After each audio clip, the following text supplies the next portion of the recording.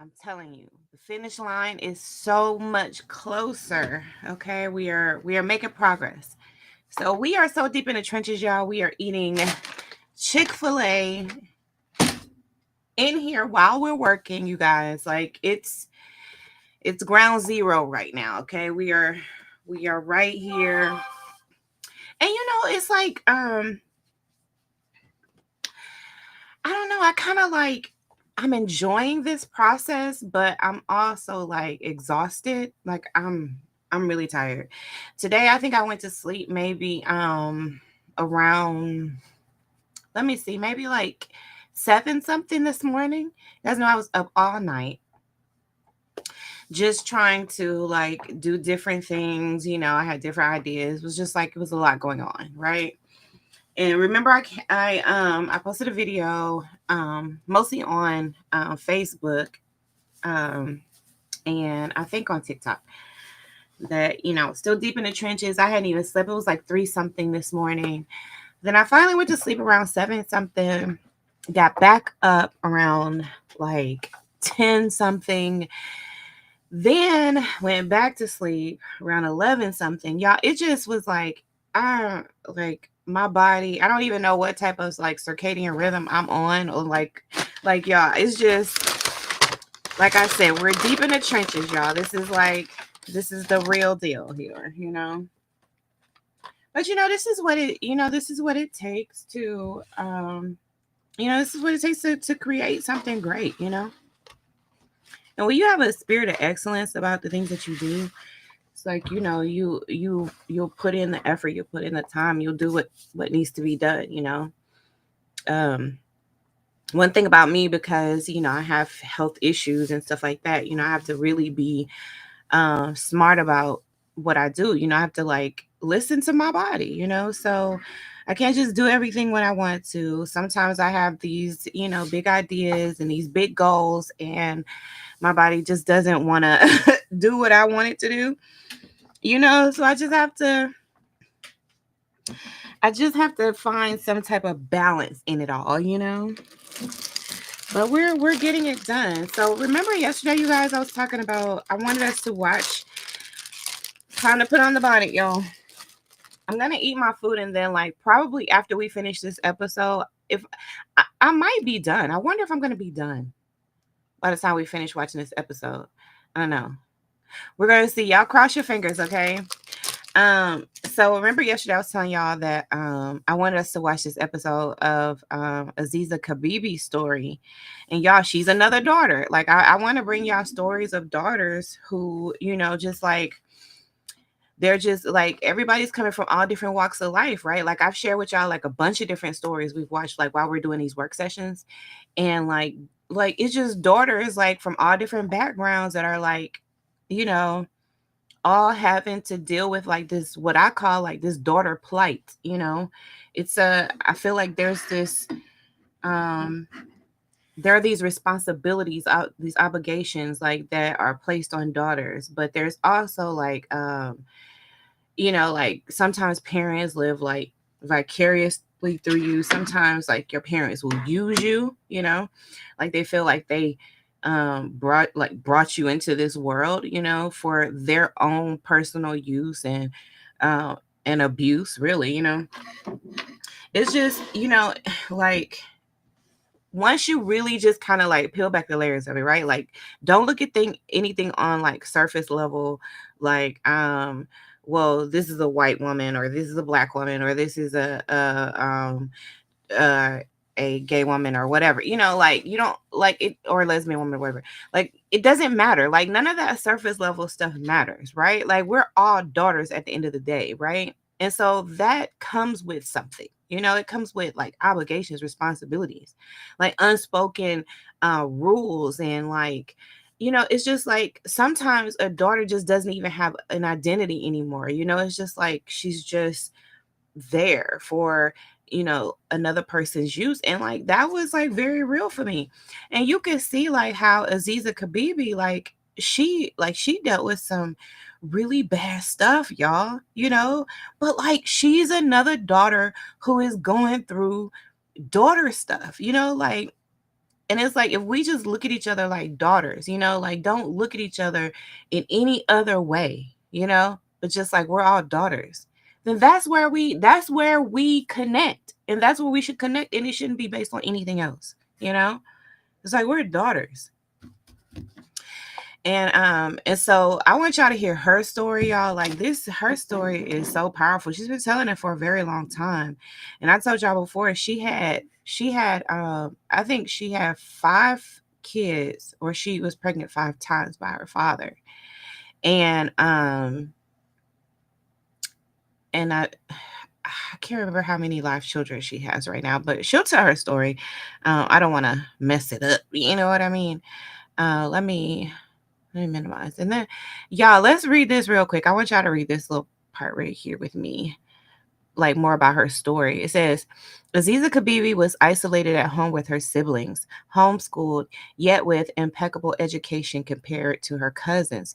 Her father began to introduce ways of life that would cause chaos, abuse, and pain. He declared modern medicine and doctors would not be used, even for his wife, who would go on to have 11 children. He implemented polygamy and brought girlfriends around the house, even having children with them. He used his children for labor to build a home in New Jersey, in the New Jersey winter, y'all. Like them children, he had them children out there working in the winter. Worst of all, he started to SA his daughters. Okay, y'all know what that stands for, right? Claiming that's just what fathers did, purposely impregnating them to create what he called blue blood children. Aziza survived years and years of horrendous abuse at the hands of her father, and now she helps to educate parents on CSA prevention, and that's child SA. She is a true warrior, y'all. And man, I've been watching her story for a long time. You would be surprised at the stuff that people say to her. But like I told y'all yesterday, that I know real life people in real life that I know personally that this has happened to. And it's just like, y'all, this is wild stuff.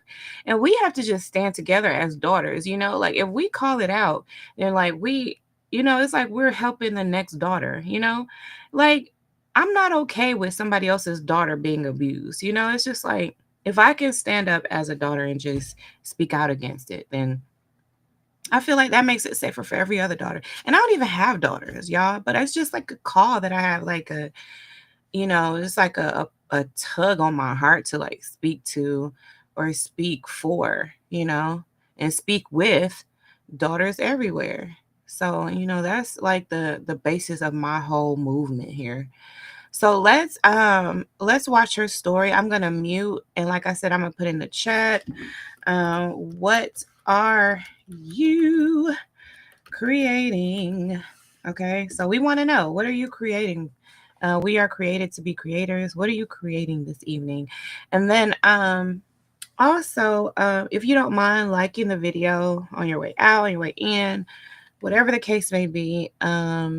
And then, like I said, this is like an accountability session, okay? Like we are, you wherever you are in the world, you're doing your creating, and I'm doing my creating over here, and we're just like holding each other accountable in like this, virtual workspace, okay? So I'm gonna mute and let's listen to Aziza Kabibi's story.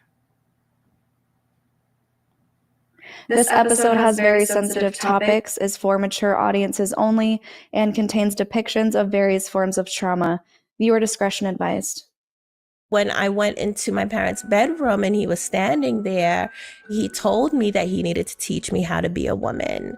And that's the first time he molested me. He started molesting my sisters and then keep me compliant by saying, well, if you don't want me to go to this sister, then you won't complain. No. I won't touch your sister. So that became a part of the control aspect. I started trying to fight him, and then he just became more physically abusive. Now, by this time, my mother knew that he was abusing me. It wasn't like I could go to my mom and say, Mommy, Daddy was choking me this time. I did not have any fear as far as giving birth was concerned. What I was afraid of was having a girl.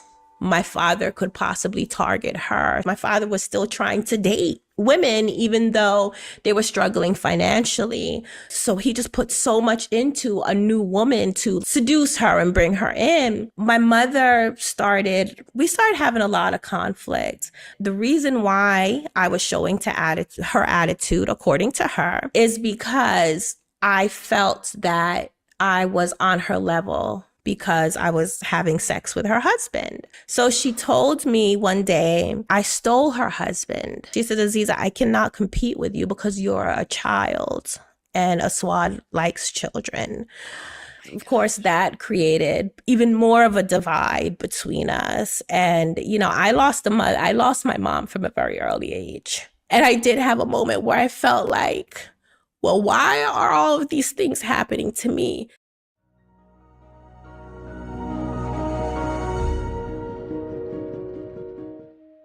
Hey, my name is Shalise Ansola, and this is Cults to Consciousness, where we discuss leaving high demand. Hey y'all, I'm so sorry. I forgot to kind of, let you know, like, viewer discretion advised. There's trigger warning. She talks about, child essay, and this is sensitive to you. You might not want to, do any creating right now.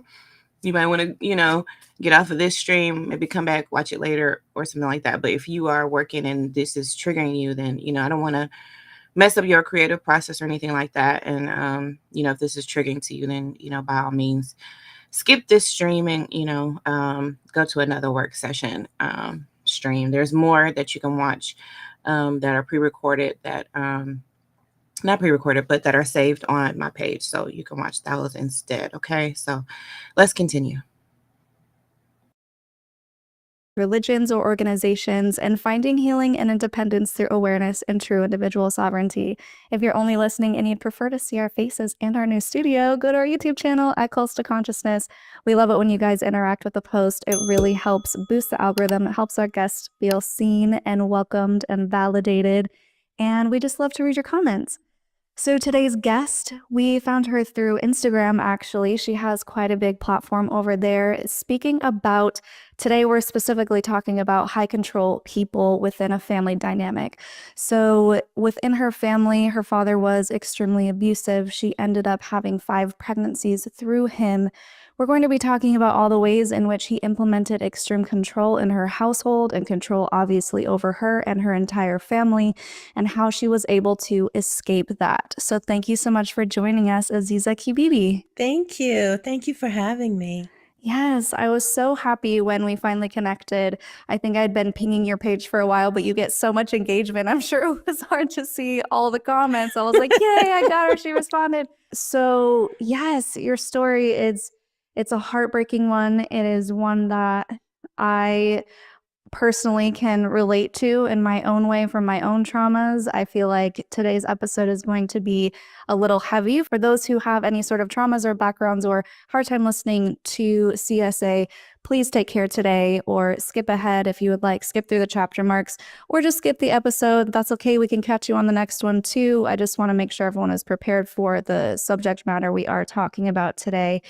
And I just think it's a really important story to share because it is so common. I feel like people don't realize how incredibly common CSA is, especially within a family dynamic. Mm-hmm. And so I think it's important to cover how families can essentially act like cults if there is a family member, tends to be the father in most cases, putting those methods of control on the family. So I appreciate you coming on and sharing and being vulnerable with us today. Yeah, it's a pleasure to be here, Shanice, and I commend the work that you do, and of course send you continued healing energy for your experience. So thank you. I appreciate that. So I think it's important to talk about how your father evolved into the person that he became, because it feels like initially things weren't that way until he started implementing some changes and taking on some new ideologies that essentially shaped your family.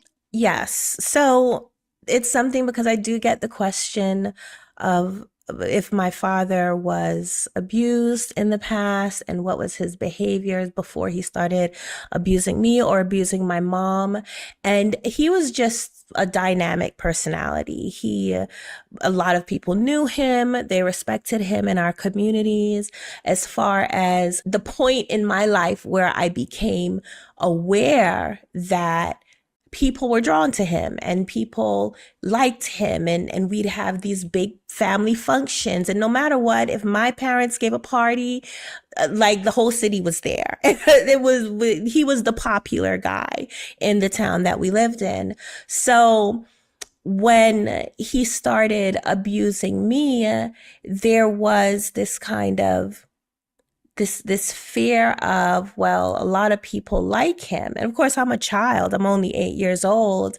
But because of my love and admiration for him, it did have an effect on how the seduction aspect of the abuse played out. Because I did love him, I respected him. And of course, as a child, you're proud of your father when other people like him as well.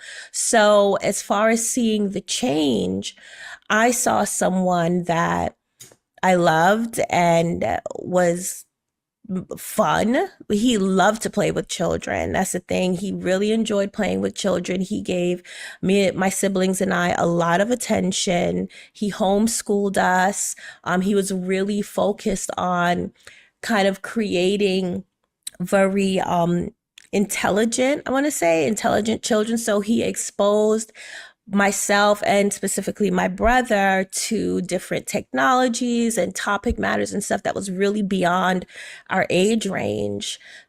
But other than that, his interaction with my mom was loving as far as what I saw. And then one day I heard them screaming and he was yelling at her. She was crying. And this was from behind the closed door of their bedroom. And I think that was, as a child, I might have been maybe 6 or 7 years old, that I really was like, okay, this is a really scary side of daddy, inclusive of the fact that he was very strict. He was very strict, but he still did a lot of fun things with us. Like he would take us blueberry picking and going to see the Statue of Liberty was like a normal thing. Like he really exposed me and my siblings to a lot of things that other children in my family and at our age wasn't being exposed to. So as far as we was concerned, we had a fun life. But then, of course, when it came time for discipline, I mean, my father, he would beat us very bad. And I grew up seeing him even spank babies. And I remember like he spanked me when I was in a walker. I remember that clearly. He would spank my legs really, really hard. So clearly there were signs of his abusive nature, even though he was well liked and extremely charismatic. Yes, and I'm glad that you brought up the duality of that, where it's not always all bad and it's not always all good. There's a mixture of things, and that's what makes it so difficult when you have an abusive person, even within relationships outside of the family, where when it's good, it feels good and you want it to keep going, but then when it's bad, it can be really bad. And so understanding that both of those can exist at the same time. So I'm sure it was really confusing as a child. So you had mentioned to me in our call that he started learning some ideologies, maybe some African things that he wanted to implement, some polygamy, wanting to change names. How did that start to impact the family? So he changed his name from Eric McGill, which was his given name, to Aswad Ayinde before I was even born. And interestingly enough, when he signed my birth certificate, he forgot that he changed his name. So, and he was a teenager. This is him at like 18 years old. And he did this legally. Yeah. And I think a lot of it was because of his self-education on the history of Black people in America. And he considered his given name to be his slave name, because of course it was passed down through the generations originally through to his ancestors by their slave owner. So he wanted to more embrace the roots of African Americans, which would be people from Africa who was brought here against their will, and adopt more of their culture into his lifestyle. So initially, my mom, her style of dress was more cultural, leaning towards an African type style. So she would wear turbans and long skirts. And my parents put me in African dance class. So there was a lot of just awareness of our African roots within the family. And he taught that awareness to my siblings and I as part of our homeschooling.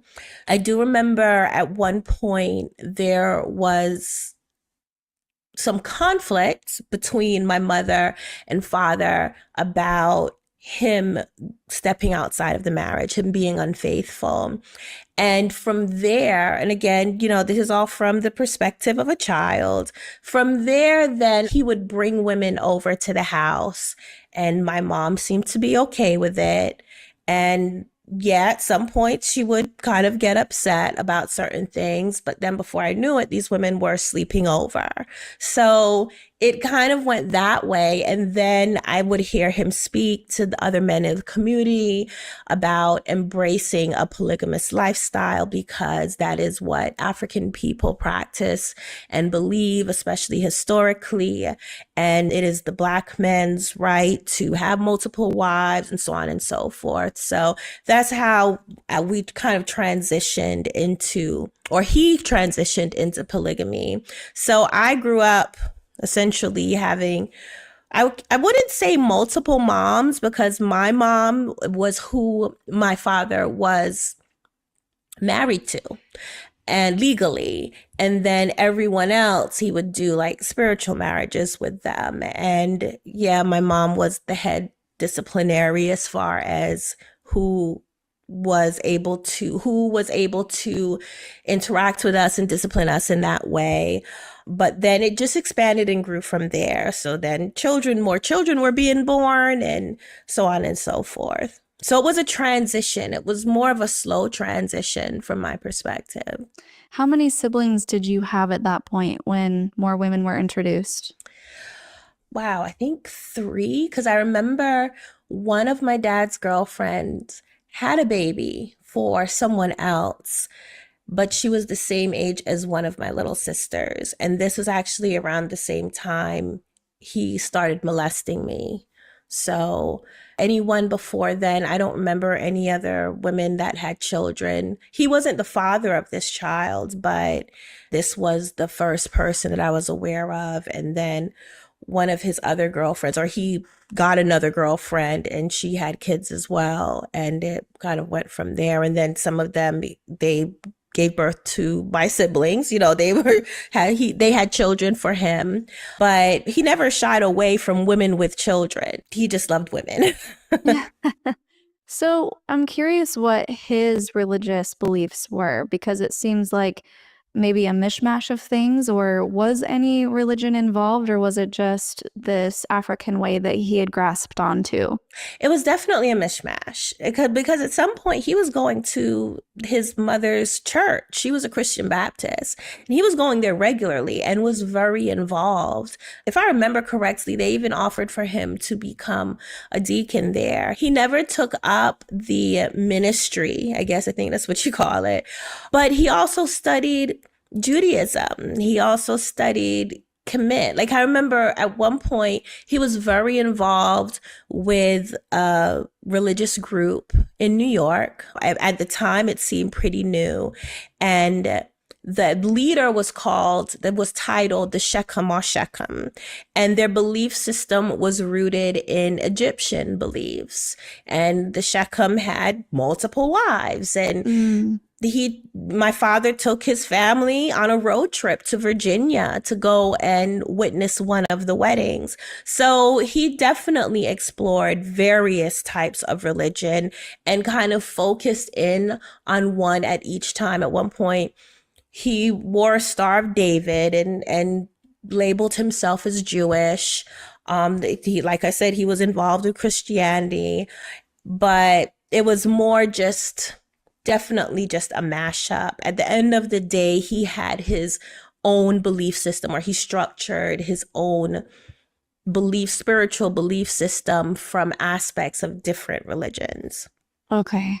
Let's talk a little bit about your day-to-day as a child. You said you were homeschooled and isolated, not able to have friends outside of the home. So what was that like for you? Well, it was normal. It was normal for me because that is the only thing I was used to. It wasn't a circumstance where, I was in school and then one day I was taken out of school. So I didn't really have much to compare it to. I think as a child, I don't want to say susceptible because that makes it, well, no, you're vulnerable to the belief systems of your parents, whether they're right or wrong. Yeah. So whatever my father decided was what it was. It was what it was, and it was the truth. When he decided to homeschool us, for me, I did not see that as different at the time as anyone else. It wasn't until I got a little older, and I would say probably about 7 years old, and I recognized that my cousins were going somewhere to go to school, and I wasn't. I was staying home. And at that time, my parents had a structured day for us as far as schooling. My mom was the teacher. We'd have tests. We were required to read books. And in addition, my grandmother's boyfriend or partner at the time worked with the Board of Education in some capacity. I'm not clear how, but my father would get a lot of textbooks from him. Now, they were way beyond our age level. It was way beyond my age level. I think I was studying social studies from high school textbooks when I was 10 years old. And it was more information than what my cousins had access to. So then we became the cool kids. I became the cool girl as far as my cousins were concerned. Now, this is all before my father cut off communication or stopped me and my siblings from having access to our extended family. But my cousins thought we were the coolest thing around because we were very, very smart. Help them breeze through their homework because my brother and I were studying and functioning at a much higher level than the public school system in New Jersey in the 80s what we're teaching kids. So they just looked to us to help them with their homework. And it was simple. It was easy for us. So at some point, someone my father knew who, I don't know if they worked for the Board of Education, but apparently they got wind of my brother's and my intelligence levels. So they wanted to come and test us. And my brother tested in the 98th percentile of some of the most intelligent children in New Jersey. And my test results were 15 points below genius. And they wanted to put us in a gifted program. And my father was completely against it. He said, well, why would you want to take these children out of the environment that gave them this high intelligence level in the first place? So I never heard from this person again. Now, interestingly enough, this was all very close to my father starting to molest me. And it's funny because I look back on how these stages in my life and in my upbringing lined up, and it's feeling so intentional from his part. I even was reading in a lot of my studies that a vegetarian diet. I don't know how truthful this is because, you can get information from different sources, even if they are accredited sources. But they said that the vegetarian diet makes a person more docile, and you'll find different cult leaders or different controlling people adopting or making their followers adopt a vegetarian diet so they are more agreeable with being controlled, so to speak. Interesting. Right. So now I'm like, okay. So my father turned vegetarian. I mean, him and my mom turned vegetarian a couple of years before he started abusing me. However, when I was a little child, when I was maybe about 1 year old, apparently he already decided to raise his children vegetarian. So my mom told me a story about my aunt trying to feed me chicken noodle baby food, and how my father had a fit. He also was against vaccinations. So apparently my mom took me to the doctor without his permission and got me vaccinated. And after that, I started displaying allergic reactions. I got eczema all over my body from the vaccination site. But at the same time, he was still eating fish. We wasn't allowed to eat any type of meat, but then he was still eating fish and dairy. But then at some point, it was recognized that I was allergic to fish. So when I think back on all of these behaviors and how they lined up with when he started molesting me, I was wondering, like, well, was all that intentional? Was some of the things that he was doing that seemed completely unrelated to the abuse, was it because he had learned or read somewhere that this would be a mechanism for control? I don't know, because I always wonder, even with other abusers, specifically sexual and physical abusers, like, R. Kelly, P. Diddy, a lot of their behaviors are the same. And I'm like, I know they're not all sitting in a class getting tips on how to control people, and how to intimidate people. But for some reason, they seem to learn these mechanisms and they end up working.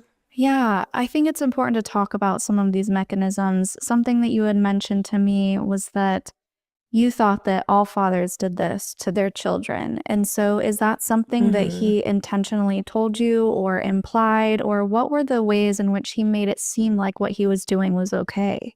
So yeah, he told me just straight out. When that day I was 8 years old, and it was my mom told me that my father wanted to speak to me. And as I mentioned before, my father was strict. So if you got called away privately to talk to him, it was because he was in trouble.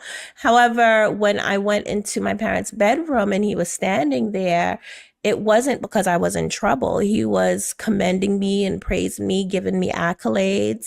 And then he told me that he needed to teach me how to be a woman. And that's the first time he molested me. His explanation, he expanded on why he was doing what he was doing to me. And the reason was that all fathers did this with their daughters, and it was to teach them how to be a woman. So that was, he explicitly told that from this jump. The other thing that he told me, of course, was that I had to keep it a secret. But then that was a conflict in my mind, because I'm like, well, if this is something everybody is doing, then why does it need to be a secret? But as a kid, you accept what your parent tells you and, ask questions, maybe when you're an adult, years and years later. But at the time, I didn't question it. I wondered, well, that doesn't make sense, but okay. And that's what he maintained. Okay. It seemed like there was a lot of moving around or unrest within your home life. Was this later down the road? When did it happen that you started building your own house? When I was 14, by the time my father started molesting me when I was 8, then I started being more resistant and fighting him back when I turned 11. And that was actually after he sodomized me as punishment for taking his cheesecake. Oh my gosh. So it was at that time I was like, this is not this can't be right. This can't be right, because it was so violating. With some of the other things, though I wasn't comfortable, though I didn't want to participate, my father did use seduction tactics, and there was a lot of grooming, a lot of explaining in a positive way. This seems like ironic to even say that, but making me accept what he was doing to me from a loving fatherly perspective. But then after he did that, there was nothing. It was painful. It was a punishment. Like when he starts using sex to punish his child, that was just, it was completely heartbreaking for me. And after that, I started resisting even more. Before, I would question him. It would annoy him. But then after that, I started trying to fight him. And then he just became more physically abusive. Now, by this time, my mother knew that he was abusing me. So I didn't have an ally in the situation. So even though I was trying to fight back, it wasn't like I could go to my mom and say, Mommy, Daddy was choking me this time. So that was challenging for me. He cut off communication with my grandmother, my maternal grandmother. He would not allow my siblings and myself or my mom to speak to or even acknowledge my grandparents, my aunts, my cousins. So now we were just completely isolated. Interestingly enough, though, we were isolated in my grandmother's house because we lived in a very large home in Patterson, and it was a mother-daughter situation where there was the main house and then there was an apartment attached. We lived in the apartment attached, and even though I saw my grandmother in passing outside, I mean, my time outside was limited as well. But the times that I did run into her, there were times I would take the garbage out. She'd be on the porch and she'd try to wave me down or speak to me, but I wasn't allowed to speak to her. So that became some of the isolation. And then I remember hearing a conversation between my parents where my father told my mom that we needed to get out of that place. We needed to move. And I think from there is when he decided to start looking for a home somewhere outside of Patterson. And that's when he found the house in East Orange. It was a dilapidated funeral home. I mean, way back, I believe like in the early 50s, 60s, and 70s, here in East Orange, it was a very affluent community. And there are a lot of very large homes, mansions on decent sized pieces of land. And he found one of these homes that had been shuttered. He got a great deal on it at the time. And he also received a first-time homebuyers grant from the city. And he renovated it. Now, after he purchased the house, we were driving back and forth renovating it. He stripped it down to its bones, and we were the construction crew. Most of the time it was me and my brother. My father would get us up 4:00 in the morning, take us to East Orange. We'd bust through walls, strip slats, put garbage out, dump like we were a working crew. We were a working construction crew. And then I don't know what happened, but my father suddenly wanted to speed the process along. And we weren't finishing the house or getting it to a point where it was livable quick enough. And then one day he just decided we're packing up and we're moving there. Even though it wasn't ready, even though it didn't have plumbing, even though it didn't have electricity, even though the roof, there was no roof. What? Like there was so many things. Yeah. Listen, you would go into when it snowed. In the winter? In the winter. Yes, in the winter. He ended up moving us into the house, and we moved into the basement because that was the only part of the house that was sheltered. He put up curtain walls, put up plastic, bought mattresses and carpet, and put it on the concrete floor of the basement. And that's where we lived. That's where we lived initially when we first moved there. And it would snow because we had some of our belongings, of course, in the upstairs part. And I remember going upstairs and just literally watching snow fall into the library and in different parts of the house, because the roof, in places in the windows were open. So snow would blow in, and then the roof in the kitchen is where damage was. So snow would come in there. It was definitely an experience. Now, mind you, my father was taking my brother and I to work on the house.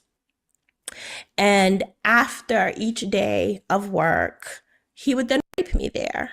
Oh my God. So there was always that connection. And of course, it was completely isolated. He was still, I would say, strategizing while we was in my grandparents' house. But then when we would go to the house, he would have free reign and can do whatever he wanted to do. So that was a very difficult, the trauma of experiencing that has its own other implications that I don't think a lot of people understand. Mm-hmm. So he eventually moved us there. We were living in the basement, and that is where I got pregnant. Even without electricity, my father connected legally electricity from the street leading into the house, and essentially stole electricity from the city of East Orange and was able to plug up heaters. So before, we used a generator that had to be started every night. And then from there, started running electricity throughout the house. Then the next thing was plumbing, and it just built up from there. We didn't have plumbing at the time that I had my first child. So, imagine having a baby and your little brother and sisters are going outside and getting water from the outside faucet. So that was definitely an experience. Oh my gosh, Aziza. So you had no pregnancy care, no prenatal care, no birth care, anyone who was qualified to help you have this baby in this unfinished home? None whatsoever. By then, though, it was so normal because my father had already delivered many of my siblings. So, after I was born in the hospital, my brother, who was after me, was born in the hospital. But then my first sister, my father delivered in my grandmother's home, which of course created its own conflict. I remember sitting next door. We called it next door. My grandmother's portion of the home was, us kids called it next door.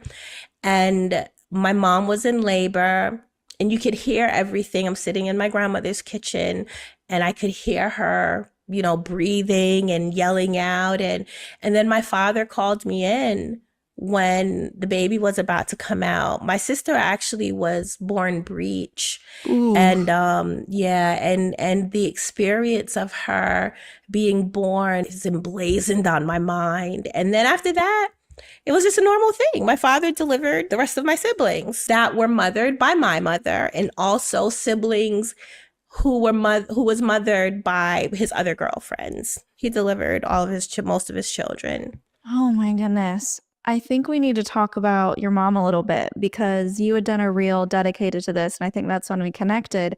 You had said that your father explicitly told your mother, "I'm doing this to your daughter, and this is why." And I need to get some more information on that and talk about how your mother reacted to this. I wasn't there when my father told my mom. I found out from her. She told me that he told her. The reason he told her that he was molesting me was to help my skin condition. Because remember, I was told that after I was vaccinated, a patch of eczema had developed at that vaccine site, and it just spread all over my skin. So I also had a bunch of different allergies, not only the fish allergies, I also had untreated asthma. And I say untreated because my father did not believe in doctors. So as far as all of our health care and my mom's health care, he did it himself with holistic techniques and Chinese medicine. However, I would have these bouts of sickness where I could barely breathe, and I was just bedridden.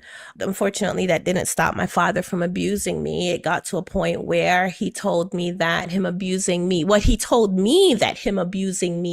while I was sick was a way of getting the evil and negativity out of me so I could get better. Oh my God. So when my mother then found out, or when he told my mother and she explained to me that he told her he was doing what he was doing to me because to help my skin, it aligned with some of the things that he was telling me about my negative energy. So she accepted it and then continued to reiterate to me that this was the reason. So what was her reaction though when you got pregnant? Because she couldn't have thought that that was okay. Well, apparently she did. As far as her demonstration of it, her outward demonstration of it. So when she found out that he was molesting me, I was 10 years old. So he started molesting me when I was 8. She found out when I was 10. By the time when I got pregnant, I was 15. So there's 5 years in between that her and I are dealing with me being abused by my father. And that experience through my prepubescent stages and the early parts of my adolescence, it wasn't abuse.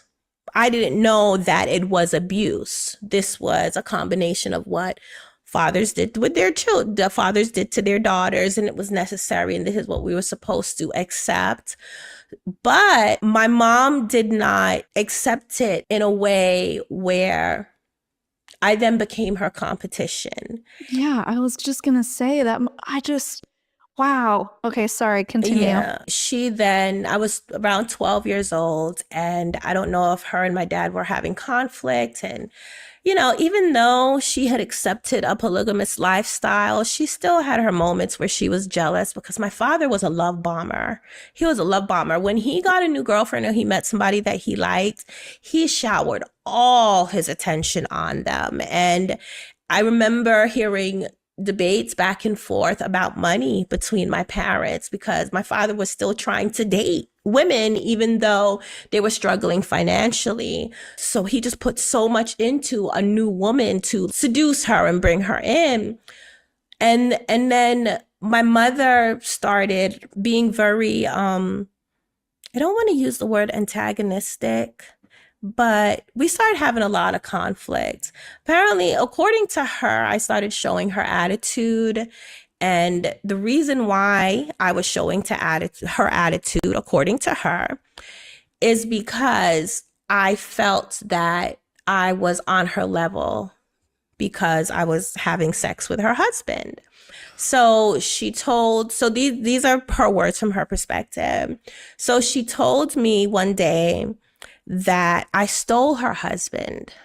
And I'm looking at her and I'm just like, well, how does that even make sense? And she says, you stole my husband from me.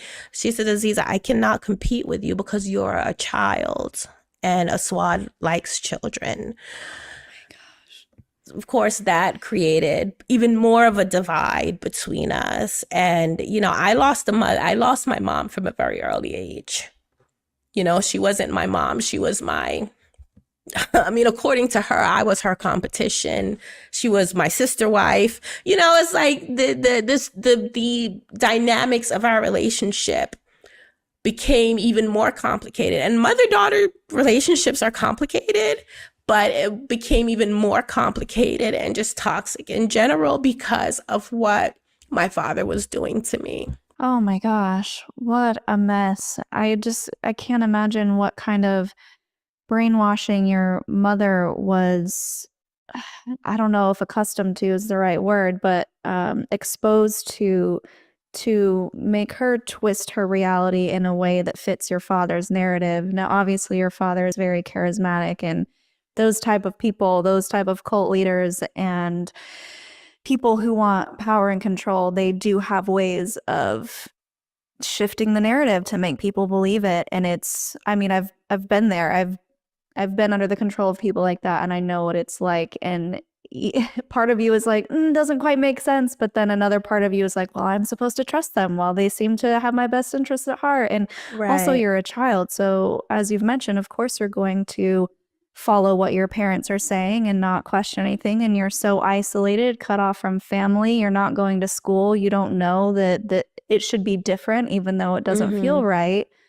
So, wow. So how many people were in that home, that unfinished home? You had just had a baby and you have other siblings now too, right? Yes, yes. So by then my mom had, hold on, I have to count. She's had 9 children, including me. Wow. Yeah, so by then there were 7 children, and then my mom and dad. Yeah, living in a room that was taped off with it sounds like it sounds unreal. Like sometimes I think about and I tell my kids the stories and it's like, wow. Humans are so adaptable, and you can put us in all kinds of conditions and we make the best of it. Well, you have to, right? Right, you have to survive. And I understand the terminology survival of the fittest.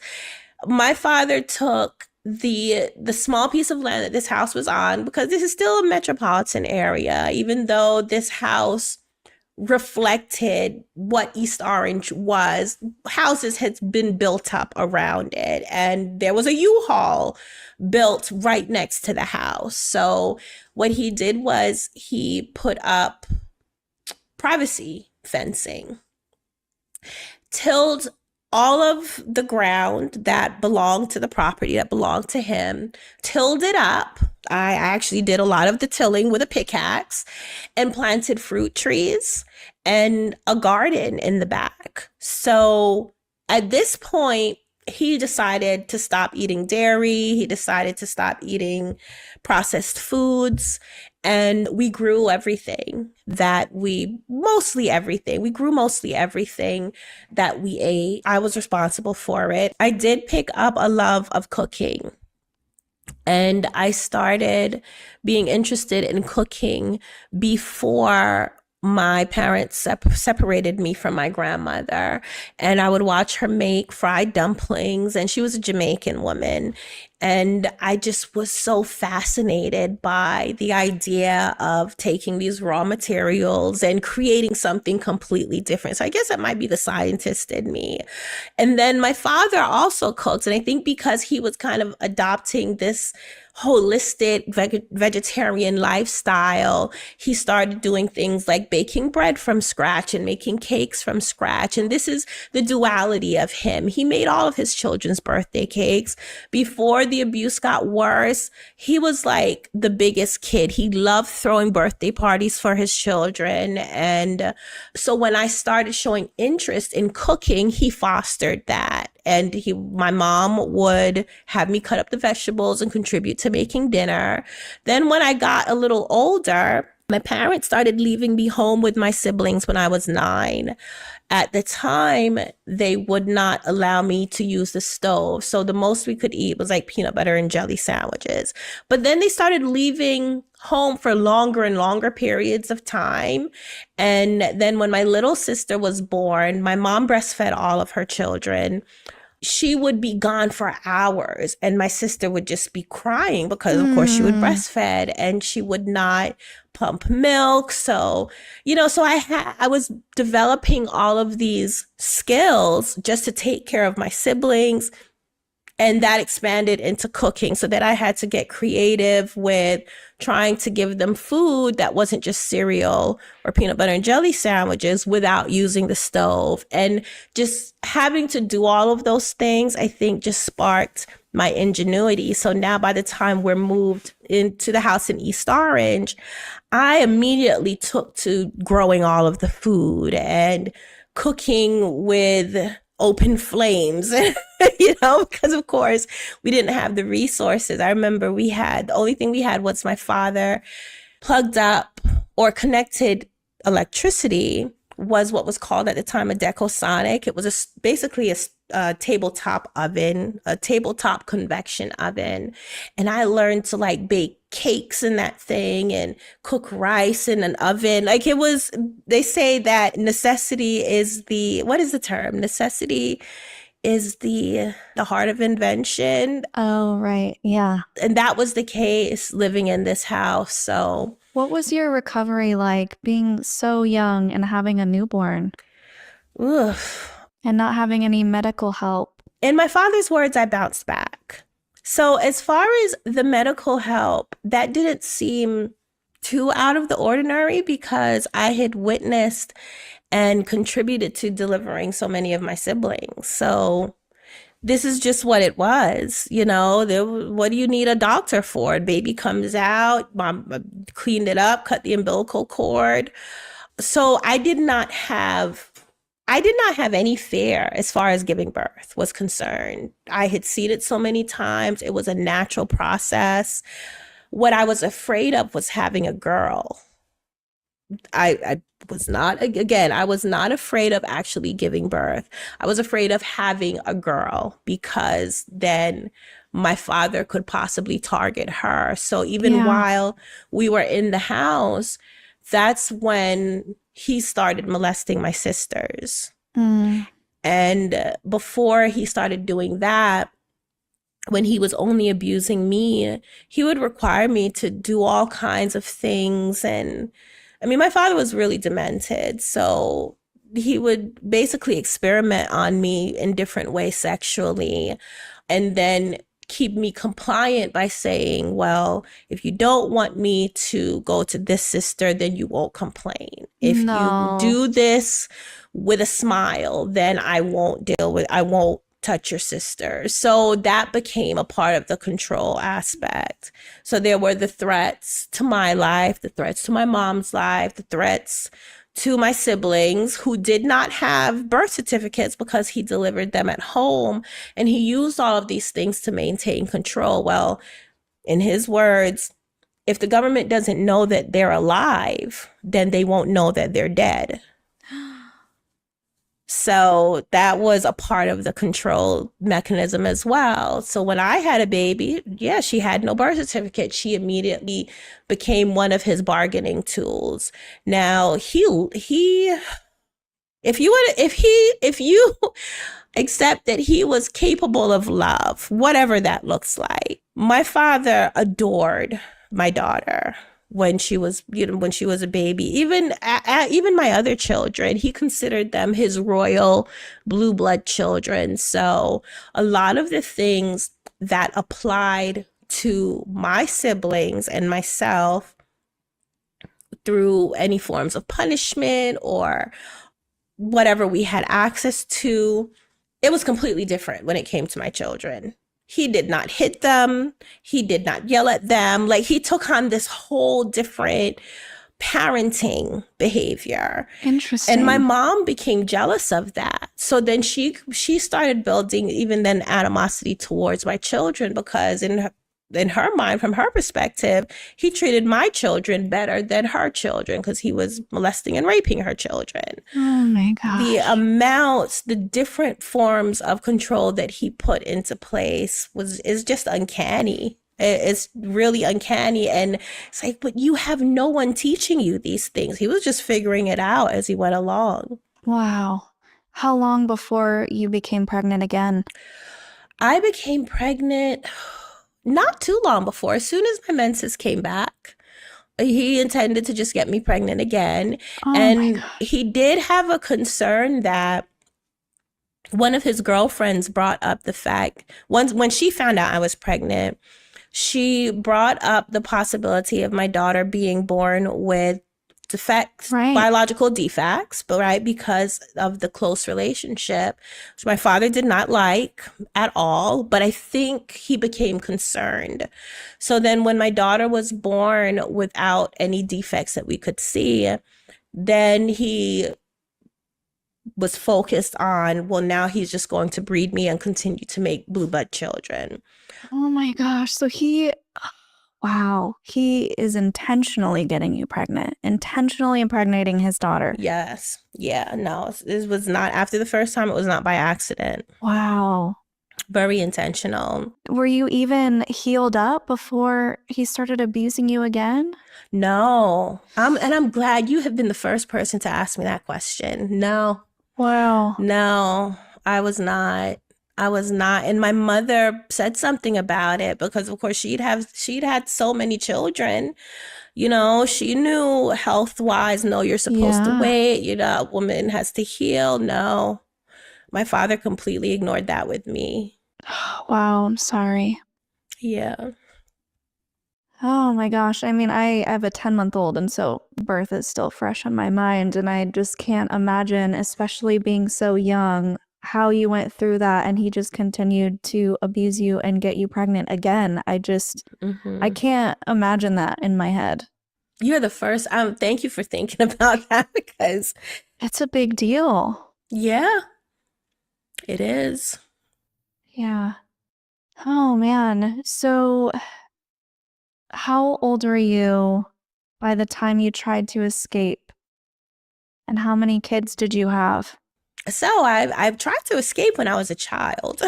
I tried to escape when I was 12. Oh, Yeah, I tried to run away when I was 12. It was one of the times that is something I think about these moments. There was one time my brother and I plotted to kill my father. But the one time that I tried to run away, my parents were gone. I had by that time been responsible for leading my siblings in their lessons, you know, homeschool lessons. I was teaching them how to read and write and do math, everything else. I put them in front of the TV watching Reading Rainbow. So we wasn't allowed to watch regular TV, but we could watch educational TV. So PBS was our channel to go to. They was watching Reading Rainbow, and I put them in front of the TV to distract them.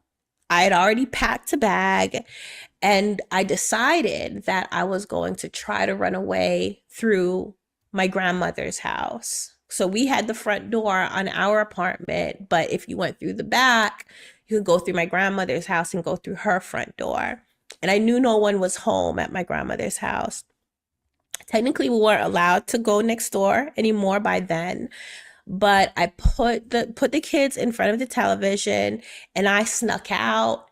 And I realized I heard something by the time I made it to my grandmother's foyer. And my brother and my siblings had caught me. And my brother asked me, well, Aziza, if you leave, what's going to happen to us? And at that moment, I just was overwhelmed with this responsibility to now even protect them even further. And also shame that I, in the moment, was willing to leave them to deal with my father. So I changed my mind, went back with the kids, begged them not to tell, because that was the other thing. My father raised us to tell on each other. And I had my little sister. She was, oh my gosh, I call her my arch nemesis was born into my family because she did everything she could to get me in trouble, I swear. So I literally had to beg her not to tell that I tried to run away. And then after that, I would say maybe about a few months to a year later, things were getting tough again. You know, I felt like I couldn't take it anymore. My father was more and more violent. I decided, me just trying to figure out on a regular basis how to escape the situation. One of two things, either how to convince him to stop doing what he was doing to me, or how to get away from what he was doing to me. And I decided to test to see what would happen. Because now I'm questioning, well, Aziza, if you were to run away, you don't know that daddy will be your brothers and sisters. You don't know for a fact. He says that he will if you disobey him, but you don't know for a fact. So let's test and see what would happen. We had bunk beds. So this apartment, even though it's a big family, only had 2 bedrooms. And my father had built bunk beds for us. And the bunk beds were slightly raised, so there was space under them that he then built drawers to go underneath. So I decided to wait till my parents left. When I heard them come home, I hid behind the drawers. I was slim enough to hide behind the drawers and just waited to see what would happen. And my parents came in. Things were just normal, regular. He didn't ask for me, which was a little surprising because I'm usually the first person he asks for. Things were normal. And then I would say probably after about 30 minutes, because him and my mom was talking. He was a lecturer. He could talk for hours. He would like talk our ears off for hours. They were talking about business stuff. And then he called me. And when I tell you, it took every fiber because I was just so conditioned to responding to like him calling me. Yeah. I had to like stop myself from getting from under the bed. And he called me again and there's no response. He called me and then I hear him say, "Where's your sister?" You know, he starts asking the kids and they're like, "I don't know," because I guess they didn't realize at what point I decided to hide. And he's getting angrier and angrier. Then he tells one of them to go get the belt. And that's when I decided to come out. And it was just confirmation to me, like, okay, you know, if I was to disappear, they would definitely get punished for it. So that was the first time I tried to run away. After that, it was more trying to strategize because then it just became about, of course, the more children that was born, the more difficult it was to escape. Yeah. The idea of it, I would have nightmares about running away and you know, there'd be a newborn and I had to figure out how to breastfeed them and trying to find food. And so there was that stress. And of course, having my mom, I remember when my brother and I plotted to kill my father, we decided that we was going to surprise them and I was going to hit him over the head with a hammer and we was going to knock mommy out and just shoot for the door. We didn't fully think through, well, what would happen to mommy? We knew we wanted to kill daddy, but we didn't think through what would happen to mommy. But then her role in the family structure, of course, she became a person that I had to strategize and navigate around. And then the more kids I had, and my father was the breadwinner. So there was just all of these dynamics. And it was like, well, how do I get away from this situation safely? Yeah. And it wasn't until now my third child, my first son from my father, there were some complications with him. He had gotten sick as a newborn. I got really sick. It turned out I had a slip disc. I couldn't walk. It was affecting my sight. We was very malnourished. My father had stopped me from going outside. You know, he also physically abused me all through my pregnancy. It became an understanding that if you was pregnant for my dad, there was less of a chance of you getting punched in the face. Like that became the philosophy because he didn't want to harm the baby. However, my second pregnancy, he did beat me and he sodomized me and I miscarried. So then when I was pregnant, I got pregnant with my second daughter right away. And then my son, when I was pregnant with him, my father was just angry all the time. So yeah, I felt his fists a lot during my pregnancy with my son. And I think just the stress probably had an effect on him, even while I was pregnant with him. So when he was born, he was healthy when he was born, but eventually he became sick. And my father went away. My son was 5 months old and he woke up with seizures. I didn't recognize them as seizures at that time. I thought it translated to me that he was dying and coming back to life. My brother, who is now an adult, had been sent out into the world by my father to help the family make money. So my brother was working as an editor and a special effects editor in the music industry, and then sending his money back to my father to help take care of the family. he happened to be visiting that weekend, and my father was out of town. So when my son woke up with seizures, he convinced my mom to allow him to take me to the doctor. Long story short, I'm in the hospital. Now, all of this time, yes, I'm trying to strategize, figure out, try to see little opportunities, trying to recognize the opportunities to kind of cry for help or try to figure out, well, who would care enough, or because my father, there were other people that knew that I was my father's daughter. So he surrounded himself with people that protected him. Yikes. So I'm in the emergency room and they give me paperwork to fill out. I don't know anything about this. And I decide to fill out the paperwork that in the paperwork that my father is also my children's father. And that raised a red flag. So, and this is the thing, one of the reasons why I started Precious Little Ladies, Inc. is to really identify the weaknesses in different policies and social systems that essentially allows cases of abuse to fall through, because even though it triggered a red flag, the hospital staff did not inquire directly to me as far as, what services or help that I needed or try to get any more information. They called social services only after my father had come to the hospital and he was alerted of what had happened. My mom called him. He got on the first plane back and he came to the hospital and he threatened the hospital staff. He screamed and he yelled and he said, what are they doing to his son? Because he comes in. It turns out my son's seizures was caused from malnutrition.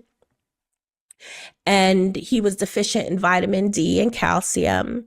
And he was developing rickets and rosaries. And it was causing his brain to essentially misfire. That's what a seizure is.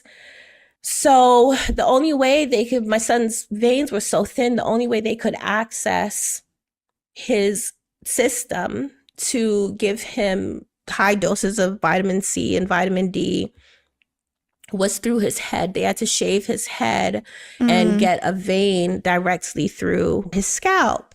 So when my father saw that, oh my gosh, that contributed to him having a fit. He started cursing, of course, the medical community and telling him, take this thing out his son's head right now. He's taking the son home. And that then raised the red flag because he was trying to take the baby out of the hospital against medical advice. After that, DCP&P, at the time known as DIFUS, they came in. And unfortunately, by this time, and I skipped a whole part. Because it's a lot. By this time, our house in East Orange was struck by lightning, burned to the ground. Oh, jeez. Yeah. The one that you were building. Yeah. And this was just before it was finished. So we got to a point where it was livable. My father ran plumbing. There was electricity. We had our own rooms. It was wallpapered and painted. It was a beautiful place. And this happened to coincide just when my father went from being an interior designer / cabinet maker into music video production. He really wanted to get into film production, but he saw music video production as a path into film production.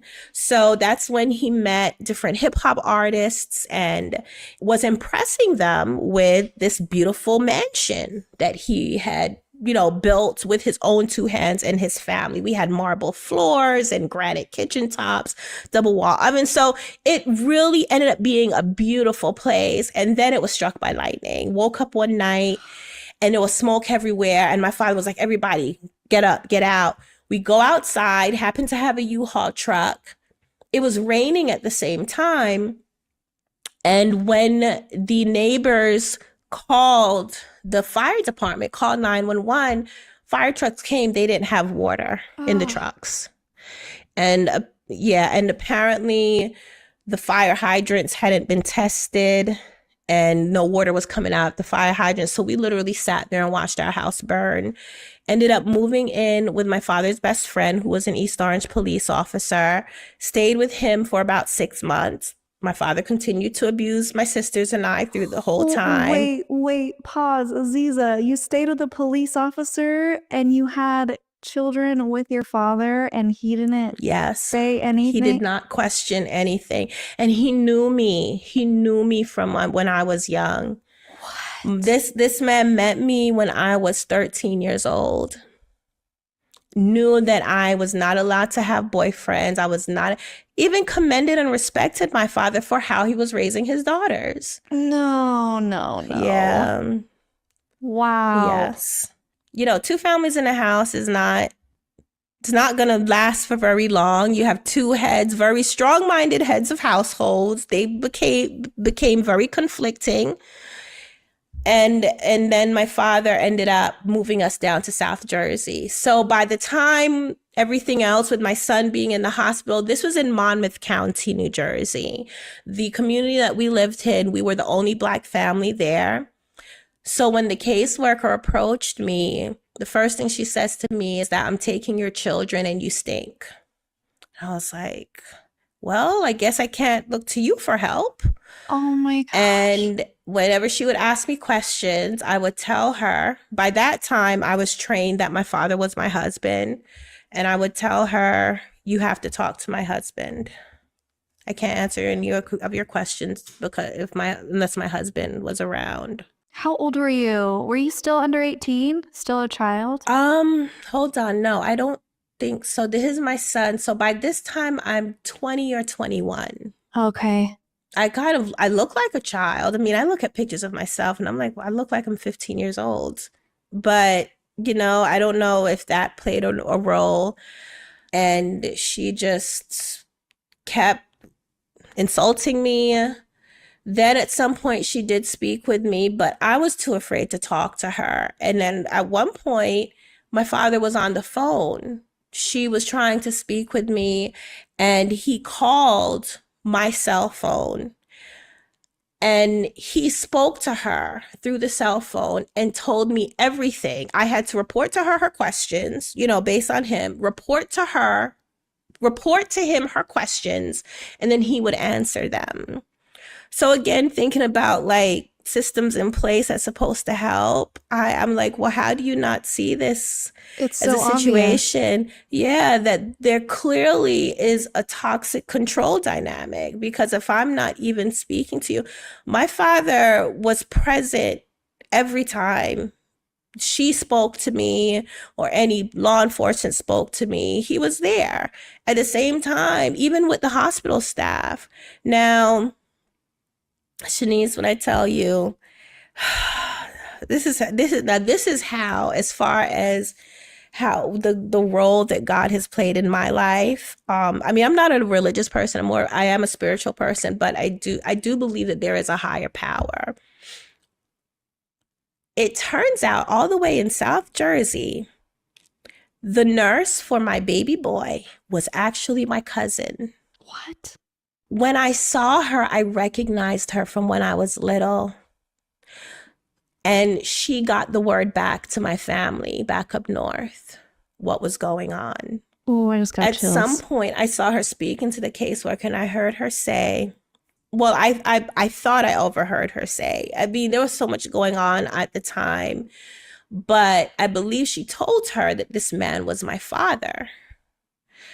And she tried to intervene, but the caseworker wasn't receptive. She just told me she was taking my children and that was it. So there was definitely this trust, right? I had this evil person in my life controlling everything that I did and everything that happened to me. But he also instilled in me a fear of outside social systems. He taught me that white people didn't like Black people. He taught me that the police was only out to imprison us and beat us. And, you know, so I had this fear of anyone on the outside even trying to help. And then this lady kind of reinforced that fear. And I struggled with, well, do I deal with the evil that I know, which I've managed all of this time, or try to explore the evil that I don't know? And this was like always the choice that I felt like was placed in front of me. So it was really about just testing different systems. However, I do see this moment, even though it wasn't a pleasant moment, essentially, yes, they did take my children away from me, but I had to look at that in a way where at least my children were away from my father and did not, risk getting abused by him. Did that kill you inside? Oh my gosh, it did. It did. It really did. It was having your children taken away from you is I can't even describe it. Honestly, I can't describe it. It was like someone ripped my heart out. I didn't know what to do. My entire mind, and I did have a moment where I felt like, well, why are all of these things happening to me? Then there's the question of, well, maybe daddy, because even though my father made me call him by his first name and tried to instill in me that I shouldn't see him as my father anymore, I still did. In my head, I called him daddy. So I kept kind of asking, well, why me? Why is it daddy has to hurt me? Why do these things have to happen to me? And then even through the process, my entire family, because the woman went to our house to get my kids, but she didn't get my siblings. She didn't take my siblings out of the house. So it was like, well, there's suffering within our family structure, but then I was the only one who was suffering even outside of it. Like having your children, she didn't try to help me. It was just, she took my children away from me. And it was heartbreaking. But then at the same time, I just knew what I had to do to get them back safely and figure out a way to bring them home to different circumstances than what we had already been living under. So how did you do that? So you had 2 children at this point. No, I had 3. You had 3 children. Wow. Yeah, I had 3. And so during this process, I think my father started to recognize a growth change, or me feeling, or I must have been displaying signs that I was being empowered by the things I was learning when I would have to, let's say, go to court for a status review, because it was mandated. DCP&P at the time mandated me for like parenting classes. They brought me a list of things that I had to do in order to reach the goal of what they called reunification. And through that, I learned a lot. There were some people who were helpful. My children were separated while in foster care, so each of them had different caseworkers. One of their caseworkers seems like he recognized that there was another controlling element, because there was one time I had a phone conference with him, and I guess based on how I was responding, my father was there for all of my phone conferences to make sure I didn't say, anything that would implicate him or try to reach out for help. And one of the phone conferences, I guess the caseworker must have recognized that I was speaking in a way that to him, then he asked me, he says, is there somebody there with you? And he told me how to answer. I don't know how, so it wouldn't set off the person that was there with me. I said, yeah. And he says, does this person abuse you? And I answered based on his instructions, and I said yes. And then he asked me some other questions to kind of confirm. He asked me about if I was afraid of this person, like different things like that. And I thought in a moment, wow, okay, finally, maybe something's going to come of this. Nothing came of it. He just ended up ending the conversation. He asked me, was I afraid for my life? I responded, yes, and at the same time, my father is there trying to listen in. So during this whole period of me working to get my children back, my father was extremely abusive and controlling. He accompanied me to anything that DIFUS mandated for me to attend and complete. He raped me again during that time. I got pregnant with my last child by him. I then had to try to explain that, which we'll be on here for hours if I went into all of that. But then at some point, my father actually met another spiritual leader.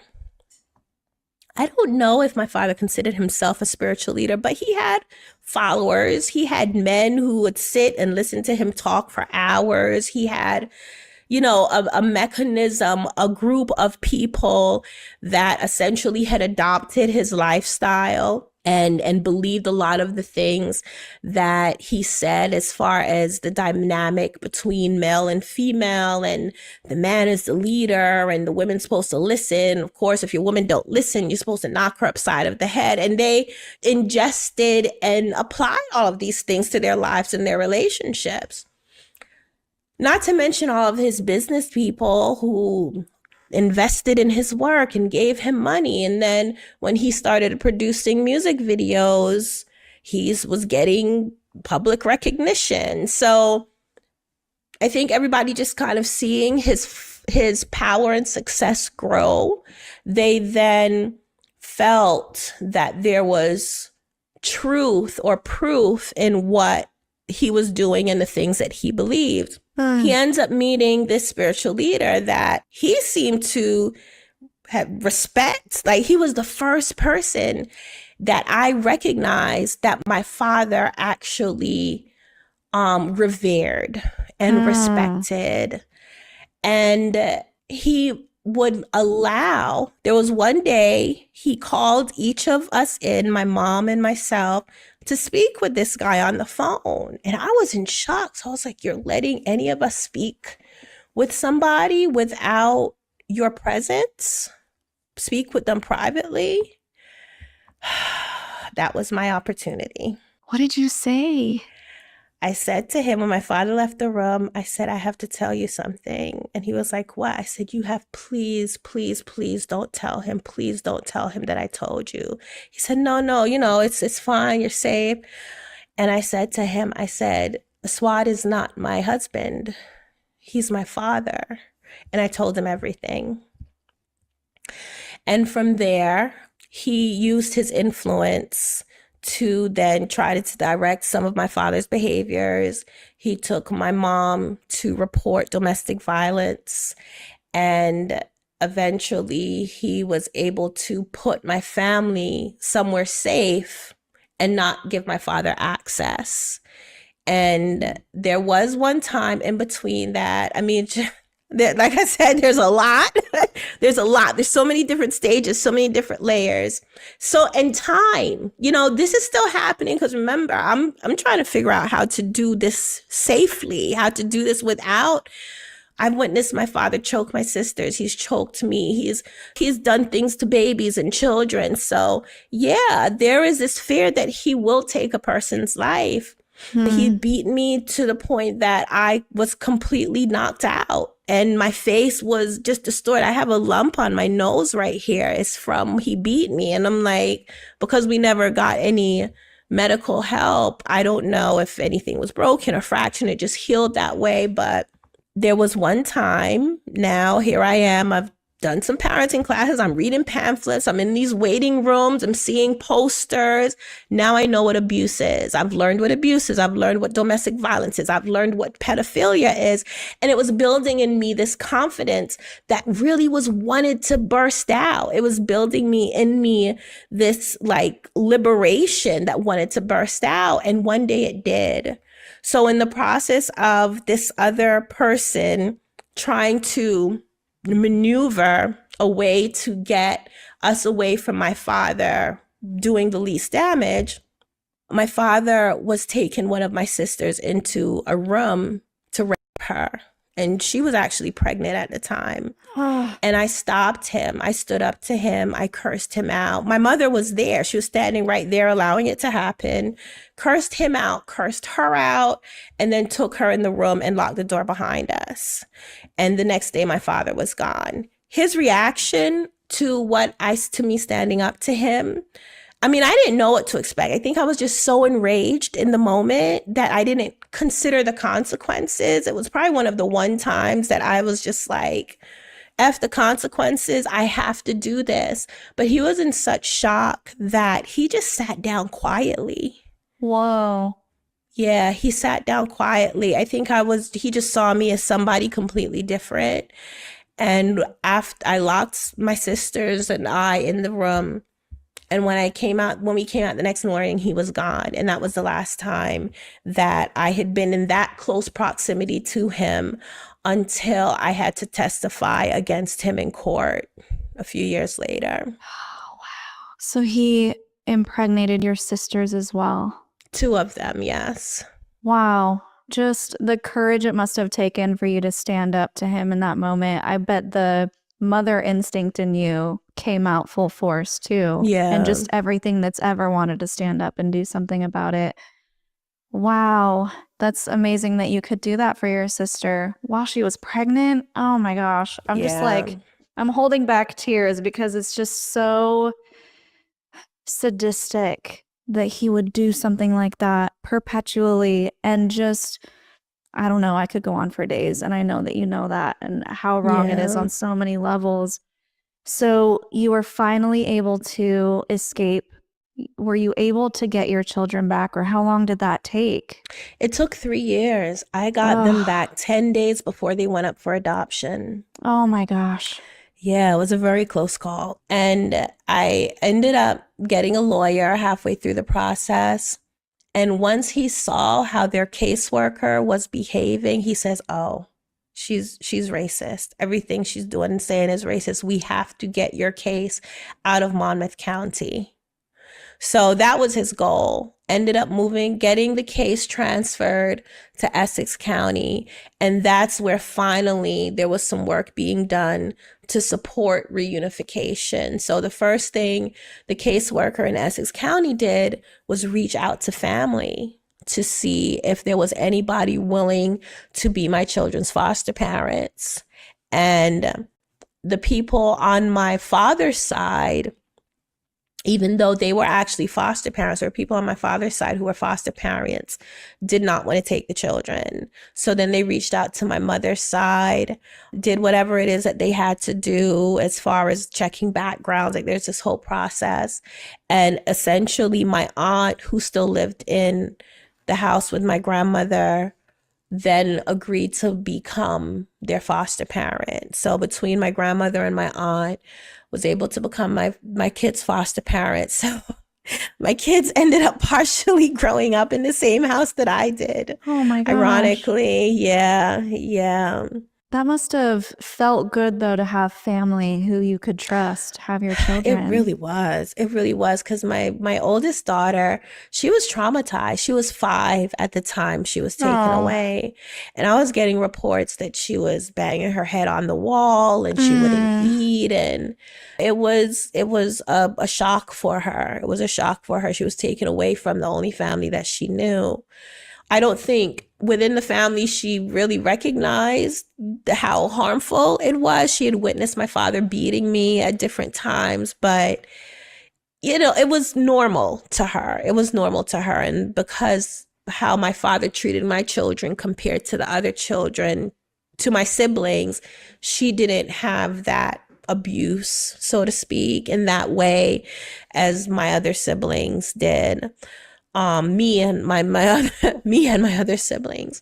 So when she was taken away essentially from her mother, it really affected her. Yeah. My second daughter completely forgot who I was because I wasn't allowed to see them for almost a year.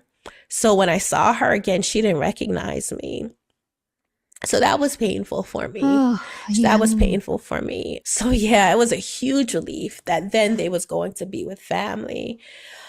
And I was able to start visiting them more regularly, rebuild our relationship. And then I finally was able to bring them home. Oh, wow.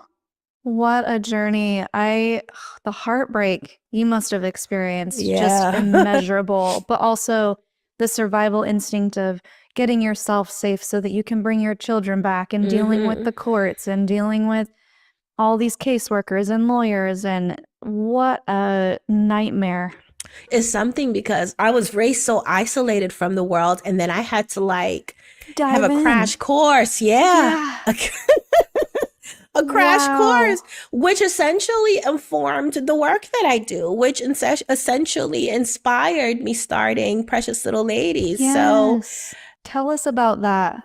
So Precious Little Ladies Incorporated, also known as PLL Nonprofit, our mission is to end child sexual abuse, incestuous abuse, and gender-based violence. And we do that using media and social media. We also provide support services for survivors, but our biggest focus is prevention. So we do a lot of awareness raising. We give out tools to parents, families on how to talk to their children based on their age about abuse so that they can help keep them safe, help them identify the resources within their communities for if the abuse was to happen, and also find other tools that would help them prevent the abuse in the first place. Try to educate us on the topic as much as possible, because I really believe that these things can be brought to a halt. Like, they can stop with enough time. May not be in my generation, may not be in my kids' generation, but eventually, if we really change how our society and culture looks at abuse, survivors of abuse, and get people, policymakers, and different social services to understand the psychological impacts of abuse and how that could be long-term, then I think we can change a lot of people's minds, including abusers. I mean, there are many abusers that have been abused themselves. There are others that have had different life experiences. And I think that we could, catch them ahead of time before they actually decide to act on some of their feelings and urges. Yeah. So that is our mission and goal. And part of it, as far as policies are concerned, one of the things that we're doing, and it is a very personal effort on my part, is to change the law in New Jersey concerning incest. There are 3 states in America where incest is still legal. What? And New Jersey is one of them. Yes, New Jersey is one of them. So right now I am working with legislators to create Aziza's law that would make incest in New Jersey illegal. We'll criminalize it. And part of that, I learned that through the case against my father. So my sisters and I reported my father in 2005. He was detained in 2006. He was imprisoned, made bail. I think the bail was $50,000. Then showed up at one of his status hearings with an 18-month-old. Even though, because of the nature of the charges, he was not allowed to be around children. This is just to show you his arrogance. Wow. Yes. The audacity. So they imprisoned him again, and I think the bail was $1 million, which of course he could not cover. It didn't go to trial until 2010 for my sister. And then when he was sentenced to 40 years in prison for the crimes he committed against her. And my trial happened in 2013, and he got 50 years for his crimes against me. Now, this is the kicker. Part of his defense was that I was older than what I'm claiming that I was, and my children are younger than they are. Why is he claiming this? Because you don't have birth certificates. Right. Well, that was one of the things I was required to get in order to get them back. So I got them birth certificates, right? And I had to prove that I had them during the years that I had them. So that part was taken care of. But he was trying to say that since incest is legal in New Jersey, I was consenting. Oh my gosh. You can't consent if you're a child. That didn't matter because he was trying to say I was older, that I wasn't a child when he started abusing me. He was trying to say that I was 16 when he was trying to abuse me, when he was abusing me. Oh. That's clearly a loophole, right? That people can use, that abusers and predators can use to coerce someone who was a child and convince them that they are consenting if they continue the abuse as an adult. And I think when the law was made, that wasn't taken into consideration. We know a lot more now about the psychological impacts of child sexual abuse than we did when these laws were created. So right now I'm educating legislators on those things so then we could change the law. Because even at the end of the day, I'm like, but the other 47 states, Right. that's illegal in the other, like, maybe someone should look into that. So it's been a 6-year journey for me on that effort specifically. Oh my gosh, there's so much more I want to talk to you about, and we're out of time. So I'm really annoyed. Maybe we can do a live or a second episode or something, but Sure. I just have to commend you for all of the work that you have put in, for never giving up on getting your children back, for being willing to come forward with your story and be vulnerable about this, because I'm sure that's also difficult, just being open and telling people what happened to you and advocating for other survivors and the prevention. All of it is just incredible. So where can people find you and support you? All over social media. That's how you found me. Instagram is Aziza Kibibi, at Aziza Kibibi, AZIZAKIBIBI. My website is azizakibibi.com. The organization's website is preciouslittleladies.org. And you can find me on YouTube, TikTok. You just Google my name and I will pop up somewhere. Amazing. We will put all yeah. those And links also in the my book. description. Oh, you have a book. I didn't know that. Yes, I wrote a memoir called Unashamed, A Life Tainted, and it initially started off as a therapeutic work. And then something just told me, well, a combination of things. I think spiritually, I started to be aware of the power, I guess you can say, or the impact that my story would have on other people. And then when I went to college, I tried to test that in one of my public speaking classes. I then shared my story as practice. And there was one of my classmates who was very quiet came and she told me that she was also abused by her father and she hadn't told anyone else, but she was inspired by me sharing mine.